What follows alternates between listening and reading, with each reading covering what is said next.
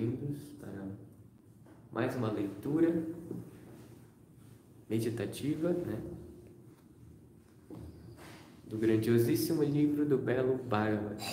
Deixa eu só ajustar aqui a posição, ficar bem direitinho.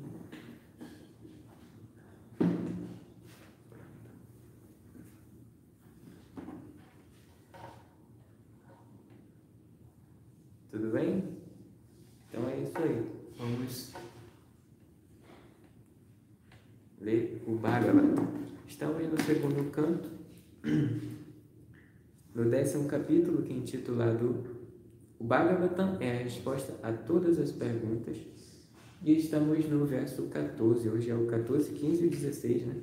Porque não tem comentários de Sua Divina Graça, somente o 16.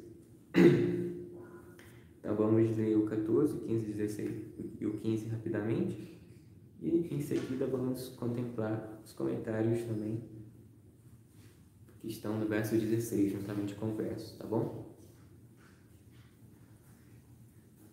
Deixa eu ver quem está por aqui. Já deixaram 2 curtidas aqui no YouTube.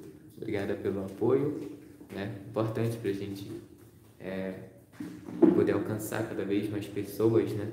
O YouTube faz um bom trabalho em divulgar, né? 14, 15, 16. Em divulgar o conteúdo, né? E esse conteúdo, como a gente sabe, é o conteúdo mais importante para as nossas vidas, né? Nós, como entidades vivas. Ó, quem está por aí, o Maurino, a Aline, o Nirsimharupa, a Ediane, a Krishna Lila, a Arama Patni, a Su Yoga e a Nancy Farias. Pessoal de sempre, legal. Muito obrigado aí pela companhia. Vamos, então, seguir adiante, né? Para a leitura.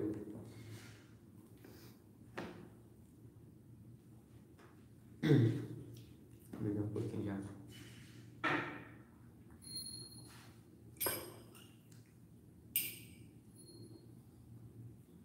Jayo Radha Madhava Kunja Bihari, Jayo Radha Madhava Kunja Bihari, Jayo Radha Madhava Kunja Bihari, Jayo Radha Madhava Kunja Bihari, Jaya Gopi Jana Vallabha Girivaradhari, Jaya Gopi Jana Vallabha Girivaradhari, Yashodanandana Rajajana Ranjana, Yashodanandana Rajajana Ranjana, Yashodanandana Rajajana Ranjana,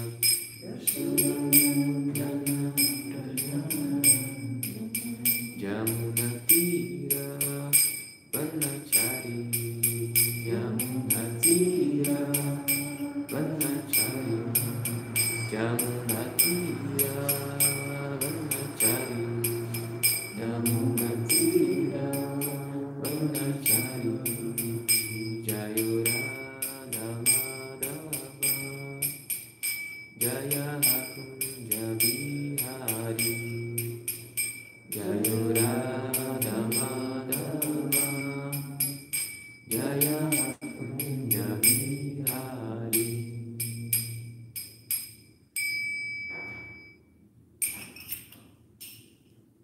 Om Namo Bhagavate Vasudevaya. Om Namo Bhagavate Vasudevaya. Om Namo Bhagavate Vasudevaya.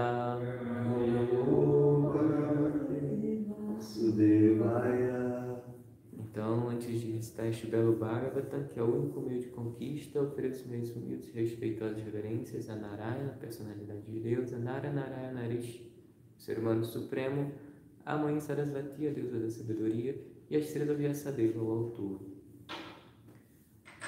Então vamos para o verso 14, 15 e 16 do 10º capítulo do 2º canto.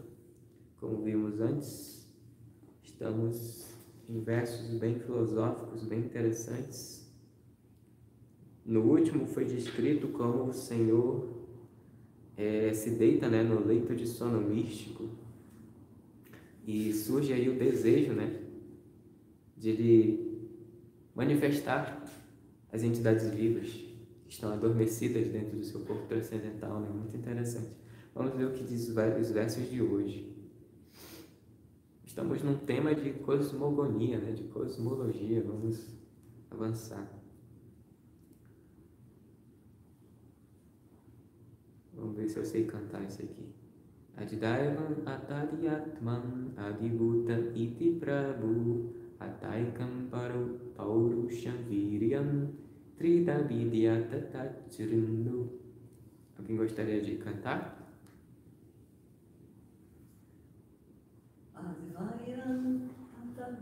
Adidaivam. Desculpa, letra ceifada, eu não consigo fazer uma leitura clara. Adivayam atandiyatman adhibhutam iti prabhu ataikam parusham vidyam trida vidyata tachrindu. Obrigado. Então, aqui é mencionado, né, Adidaivam, Atadiatman e Adibhutam, de novo esse tema, né? Vamos ver o que diz a tradução que é dada por sua divina graça, Srila Prabhupada.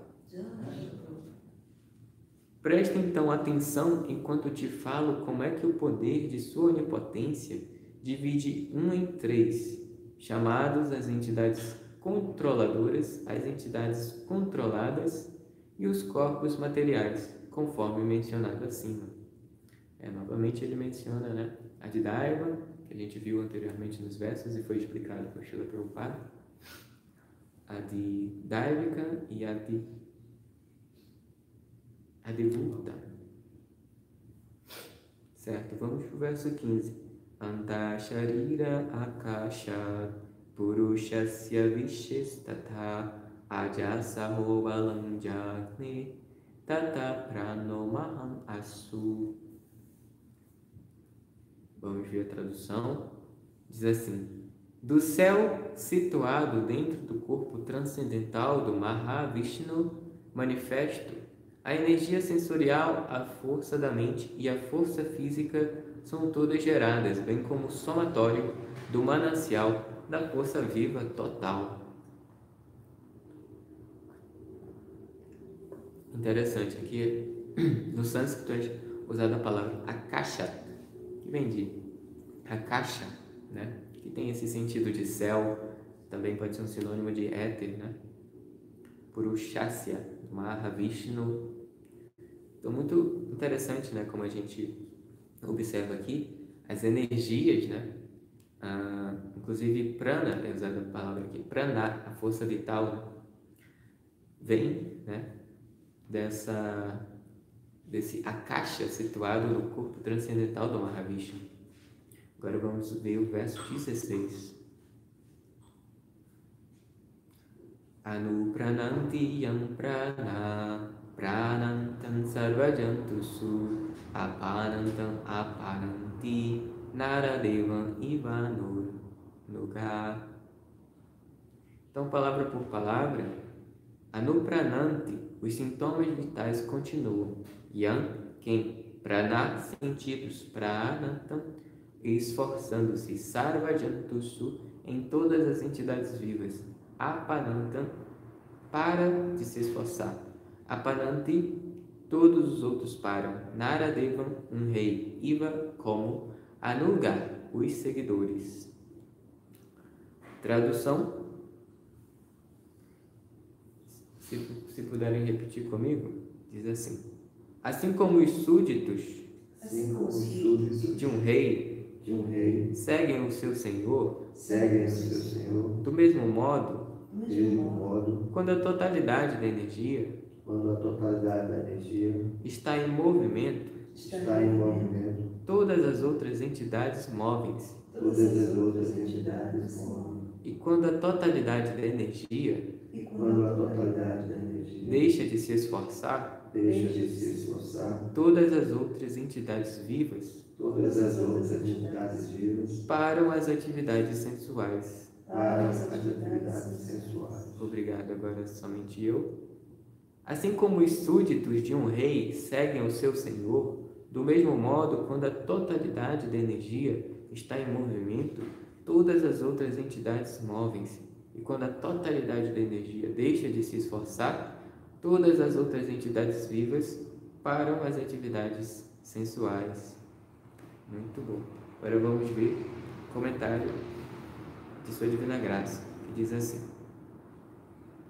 as entidades vivas individuais são inteiramente dependentes da totalidade da energia do Purusha Supremo. Purusha é a pessoa suprema, né? Mahapurusha. Aqui ele coloca a energia do Purusha Supremo, né? Eu estou tentando dar o significado de Purusha, né? Que a gente entende como uma pessoa, né? Como um aspecto pessoal, né? Também às vezes traduzido como desfrutador, né? Enfim, continuando. Ninguém tem existência independente. Assim como nenhuma lâmpada elétrica tem refulgência independente. Cada instrumento elétrico está sob inteira dependência de toda a central elétrica. A central elétrica total depende dos reservatórios de água que gera eletricidade. A água depende das nuvens, as nuvens dependem do sol, o sol depende da criação e a criação depende da atividade da Suprema Personalidade de Deus. Logo, a Suprema Personalidade de Deus é a causa de todas as causas. Srila Prabhupada aqui. Foi um breve comentário, mas muito empolgante, muito legal. Se me dão licença, eu vou pedir aqui as bênçãos. Om Gyanam Natimiram Dasyaya Gyanam Shalakaya Chakshu Uminitanyanam Tasmai Shri Gurave Namaha Sachaitanya Manustan Staptam Yena Bhutale Sivan Rupa Kadamahyam Tadaki Svampadantika Vandeham Shri Guru Shri Yutapada Kamalam Shri Guru Vaishnava Vansha Shri Rupan Sagrajatan Sahavana Raghunatam Vitam Tam Sajivan Sadguritam Savadutam Harijana Saitam Krishna Chaitanya Devan Shri Radha Krishna Padam Sahavana Lalita Shri Vishaka Namo Vishnu Padaya Krishna Prashtaya Bhutale Shriman Chandramukha Swami Tinamani Namo Vishnu Padaya Krishna Prashtaya Bhutale Shrimat Bhakti Vedanta Swami Tinamani Namaste Sarasvati Devi Gauravani Pracharini Nirvishesha Shunyavad Paschitati Shatari Jaya Sri Krishna Chaitanya Prabhu Nityananda Shri Advaita Gadadhara Shri Vasari Gaura Bhakti Hare Krishna Krishna Krishna Hare Hare Hare Rama Rama Rama Hare Hare. Então, muito bom dia novamente a todas e a todos. Hare Krishna, espero que se encontrem bem nesse dia que de hoje é quinta, né? Essa quinta-feira. Deixa eu ver, apareceu aqui uma galera legal no YouTube. Legal. Curtiram os versos bem legais, né? Estamos falando desse momento da criação. Vai chegar num momento muitíssimo interessante dos versos posteriores, em que vai ser explicado como cada coisa é gerada, né? Como, assim, eu acho que um ponto central desse capítulo, que são desses versos, apareceu um negócio aqui, o que é isso? Ah, tá. Desses versos é que está demonstrando como, de fato, Deus é uma pessoa, né? Como o Criador último, a causa de todas as causas, né? É uma pessoa, né? E que gera ainda outras entidades, digamos assim, a gente chama de Purusha Avatar, né? Que são aspectos pessoais do Senhor Supremo, né? Que vão realizar certas funções, mas que são pessoas. E a fonte última é a pessoa suprema, né? É Krishna. Eu acho que isso vai enfatizar muito nesse capítulo, porque vai dizer que uma pessoa, né, ela tem desejos, ela tem pensamentos, ela tem uma inteligência. Então, por trás da criação, teve um desejo, teve um pensamento, uma inteligência, como a gente viu no verso 13, né? O Senhor deitou-se para ter um sono místico, não um sono como a gente tem, um sono que não temos controle sobre as coisas e vagamente, né? É um sono místico do Senhor completamente transcendental e assim, extraordinário, né? Ele deitou-se para meditar, né? Esse sono místico é uma meditação do Senhor, da qual acontecem coisas inconcebíveis, mas que são descritas, né? No Srimad Bhagavatam. Então, dali vem desejos, né? A gente vai ver posteriormente como, por exemplo, aqui, o próximo verso vai ser descrito como gerar fome, a sede, né? Enfim, mas isso vai ser adiante. Hoje a gente viu, né? Começando do 14,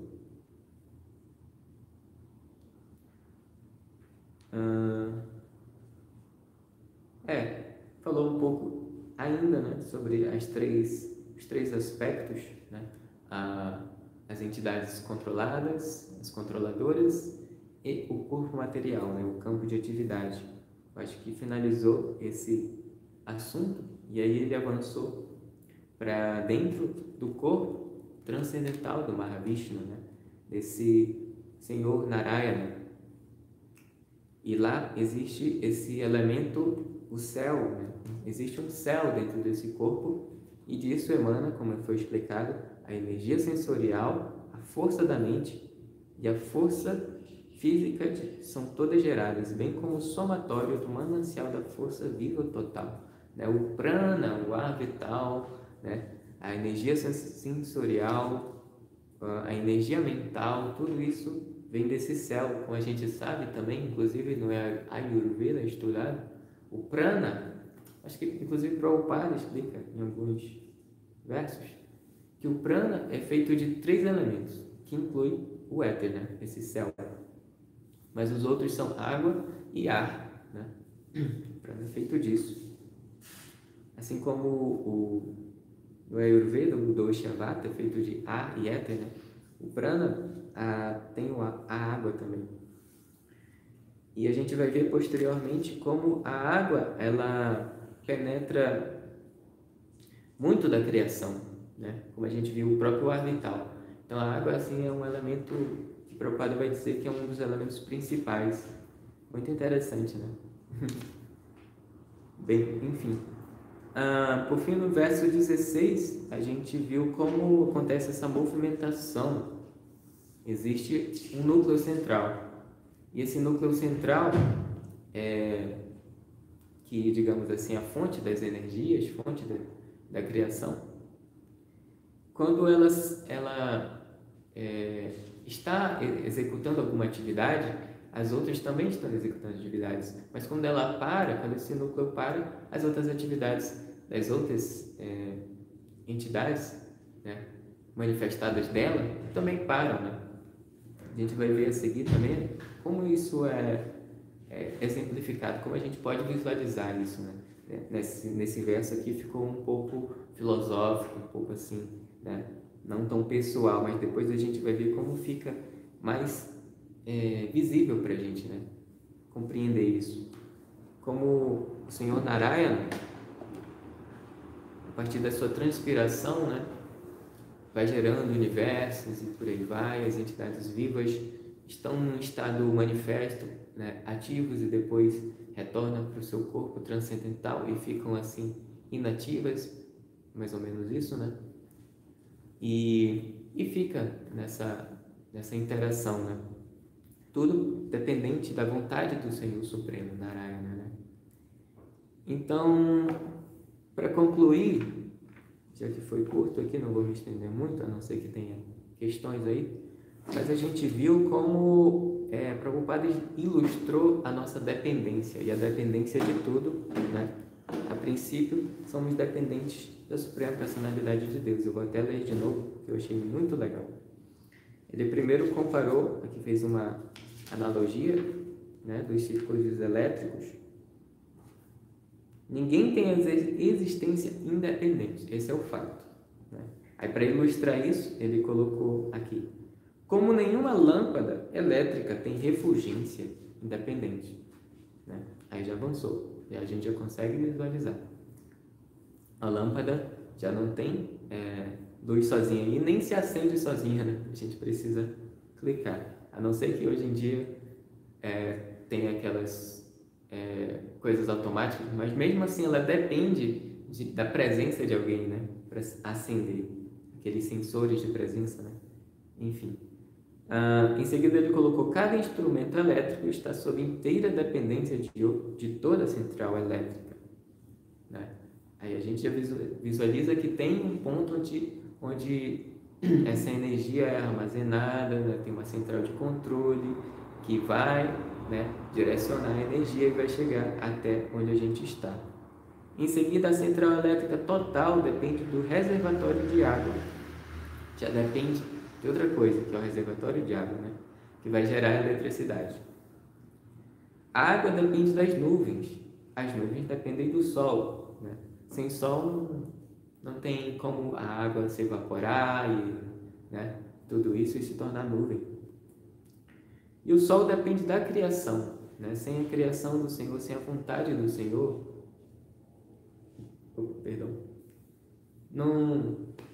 não ia ter toda essa, né, essa inteligência que é o universo. Logo, a suprema personalidade de Deus é a causa de todas as causas. Então ele finaliza assim, maravilhoso. Então, conclui-se, né, novamente, que não temos existências independentes. Não é possível termos, né? Quando a gente chega ao ponto de achar que somos independentes, é uma grande armadilha de Maia, né? Uma grande armadilha que nos coloca numa posição de arrogância, de ignorância, né? E isso acaba fazendo mal tanto para nós quanto para as outras pessoas ao nosso redor, né? Eu estou lendo algumas coisas e parece assim que está enfatizando esse tema da humildade, né? Eu vi ontem uma citação de Radhanatha Swami, falava de humildade. Aí eu abro um livro assim, tem lá novamente o estudo, né, sobre a humildade, que eu gosto de ler quase todo dia, porque às vezes não dá, mas o Sri de Shastaka, né? E tem um terceiro verso, né? Taranada Pisa de Tená, Taroa Pisa Nishtuna, Amaninamanadena Kirtanyasa Dahari, que assim é muito citado, inclusive no estudo do Néctar da Devoção, né? Onde a gente está ali aprendendo que existem várias categorias, né, de devotos. E dentre as categorias existem assim basicamente três, vou chamar de classes, né? O Kanista Adhikari, o Madhyama Adhikari e o Uttama Adhikari, né? Da qual o Kanista Adhikari é considerado assim um neófito, um iniciante, né? E o Madhyama já é um intermediário que já compreendeu várias coisas. E dentro desse Madhyama, eu estava ouvindo uma aula de Prabhupada, que ele precisa assim estar estabelecido num certo grau dessa humildade, porque ele compreende, o Madhyama ele já está num estado que compreende a posição do Senhor, né, Supremo, e a posição dos devotos do Senhor. Isso assim é essencial, essencial tanto para realizar uma boa pregação quanto para administrar, né, assim um espaço de espiritualidade como um templo, né, e por aí vai, porque com esse olhar, né, humilde, ele sabe a posição dele também. Se ele entende a posição do devoto e a posição do Senhor Supremo, ele vai saber a sua posição também como diva, né, como um servo dos servos, né? Ele vai assim ter a humildade de, mesmo estando numa posição superior, como a gente vê os gurus, né? Guru significa superior. Ele vai se considerar, ele dentro de si, ele vai estar realizado, né, de que vai estar servindo aos outros e não assim coordenando, ditando, como a gente vê vários exemplos da história, né, de ditadores e governantes assim que simplesmente, né, autoritários, né? O exercício do poder se torna uma coisa assim completamente sem sentido, com o verdadeiro propósito da vida, com o verdadeiro meio ecológico, sustentável e saudável de uma vida, né? De uma vida mesmo, no sentido mais profundo da palavra, né? A vida, ela por si só, assim, tem um sentido, tem um significado de ser saudável, ecológica, harmônica, né? Então, o que está acontecendo agora, né? Em Kali Yuga, principalmente, é completamente o oposto de vida, né? Vida também é compartilhar um conhecimento sobre a personalidade de Deus, né? O Padre fala que quem não prega está morto, né? Então, transmitir esse conhecimento, né, que a gente chama de pregação, é um exercício natural da vida, é a vida em si, né? Isso é muito interessante. Ok? Filosofia um pouco aqui, só para finalizarmos. Deixa eu ver se tem comentários aqui, se os senhores e as senhoras tiverem também algum complemento, algum comentário, fiquem à vontade. Temos ainda 3 minutinhos, vamos interagir com a galera aqui. Deixa eu ver se tem perguntas.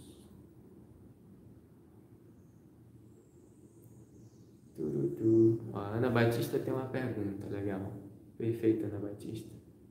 Bem na hora, você foi certeira. Só um instante que eu vou já ler, tá bom? No Instagram também não temos, mas temos aí ilustres presenças. Entrou aqui o Padre Sérgio, meu amigo. Prabhu Padre.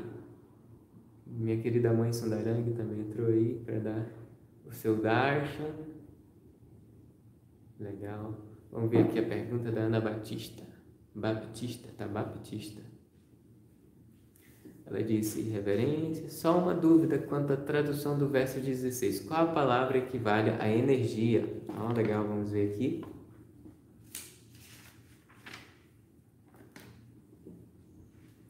Vamos lá. Anuprananta e sintomas vitais. Yan, Ken, Prana, sentidos Prananta, esforçando-se Sarvajantus em todas as entidades vivas. Apanantam, para de se esforçar. Apananta e todos os outros param. Naradeva, um rei. Iva, como Anuga, os seguidores. Agora a tradução. Assim como os súditos de um rei seguem o seu senhor, do mesmo modo, quando a totalidade da energia está em movimento, todas as outras entidades movem-se, e quando a totalidade da energia deixa de se esforçar, todas as outras entidades vivas param as atividades sensuais. Bem, aqui, Ana, Prabhupada traduziu, né, como totalidade da energia e também totalidade da energia. Ele fala 2 vezes, totalidade da energia. Que aqui no sânscrito tem Anuprananti, os sintomas vitais continuam. Prananta, esforçando-se, dá sentido também, né? É parecido, inclusive, Anuprananti e Prananta, né? Esforçando-se tem sentido de executar um trabalho, assim como na física, né? Todo trabalho depende de uma energia. Então, deixa eu ver se tem mais algumas. Apananta, se tem Prananta, tem Apananta, quando para, né, de se esforçar, né, tem a ver com energia também. Para de se esforçar, está relacionado quando a totalidade da energia deixa de se esforçar. O Prabhupada colocou assim, tá bom? Deixa eu ver se tem mais alguma. Creio que é isso, tá bom, Ana?